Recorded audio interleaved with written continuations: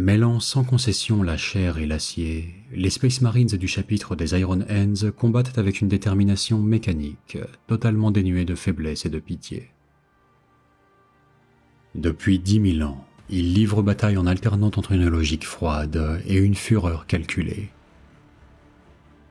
Les Iron Hands progressent tels des machines, broyant les rebelles et les envahisseurs partout dans la galaxie et contribuant par leur force et leur inflexibilité à faire perdurer l'Imperium. Une croyance domine l'identité des Iron Hands. La chair est intrinsèquement faible, même celle d'un Space Marine transfiguré génétiquement. Si les Space Marines blessés ont l'habitude de remplacer par des bioniques leurs membres irrémédiablement abîmés, les Iron Hands, quant à eux, s'amputent volontairement de parties saines en faveur de prothèses de métal. Le mépris d'un Iron Hand pour sa propre chair croît avec l'âge, ce qui le pousse à substituer ses membres d'origine par un éventail dogmatique. Le plus grand honneur qu'on puisse faire à un Iron Hand est de fondre son esprit dans la carcasse d'un Dreadnought, car il abandonne alors son enveloppe mortelle pour devenir une machine de guerre vivante. Les Iron Hands tiennent leur froide intransigeance de leur primarque Ferrus Manus, lui-même marqué par son éducation sur Medusa. Or, leur aigreur et leur obsession pour la mortification ne proviennent pas des enseignements de Ferrus, mais de la tragédie que fut sa mort. Lorsque Ferrus apprit la trahison d'Horus, sa colère éclipsa son flegme légendaire. Il se précipita à la tête de sa légion, entouré de ses vétérans, pour se joindre à la force de frappe chargée d'abattre Horus sur Ys 25. Ferrus conduisit l'attaque aux côtés des Salamanders et de la Raven Guard, et il tomba dans l'ignoble embuscade orchestrée par les traîtres. Tandis que ses alliés tentaient de se retirer à la hâte, Ferrus poussa l'assaut contre les renégats.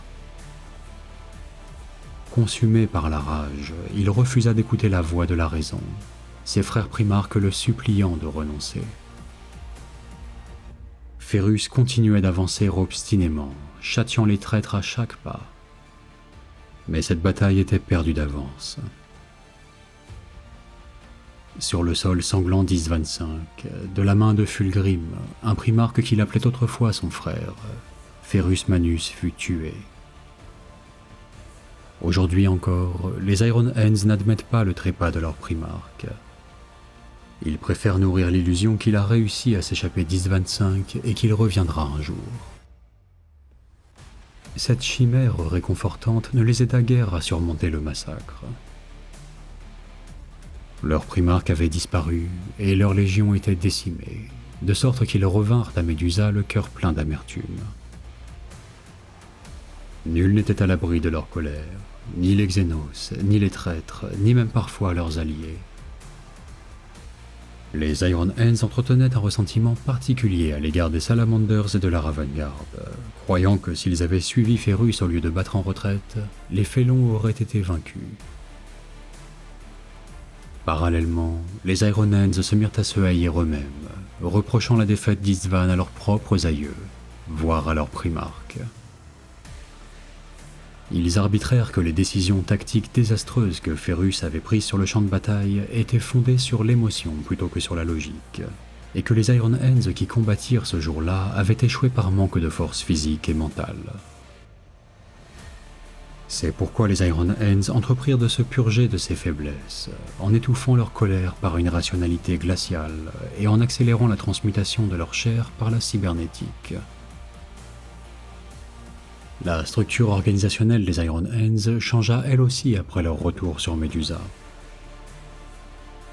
En l'absence de Ferrus Manus, il fut décidé qu'aucun individu ne recevrait le commandement permanent du chapitre. Au lieu de cela, on institua le Conseil de Fer, un aréopage constitué des capitaines et des plus illustres guerriers de la Légion. Ceux qui allaient y siéger reçurent le titre de Révérend de Fer.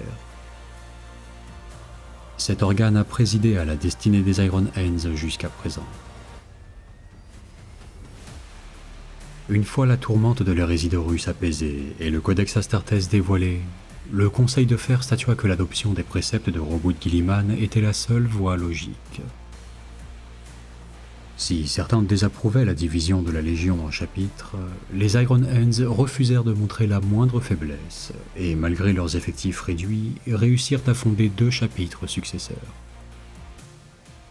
Au cours des siècles suivant la seconde fondation, les Iron Hands abattirent quiconque s'opposait à eux, détruisant méthodiquement les armées ennemies et les empires xénos.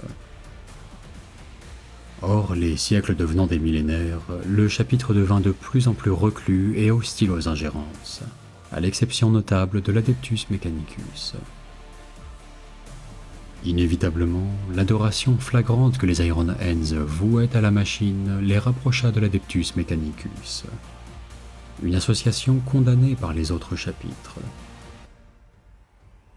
Néanmoins, les Iron Hands envoient traditionnellement de nombreux frères de bataille sur Mars, où ils sont initiés au mystère du culte de la machine à un degré bien supérieur à celui des Tech-Marines des autres chapitres.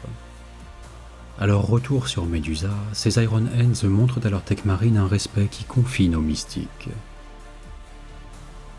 Au fil des siècles, de nombreux Tech-Marines ont été admis dans les rangs des Révérends de Fer, et leur influence est grande, aussi bien au sein du Conseil que sur le champ de bataille.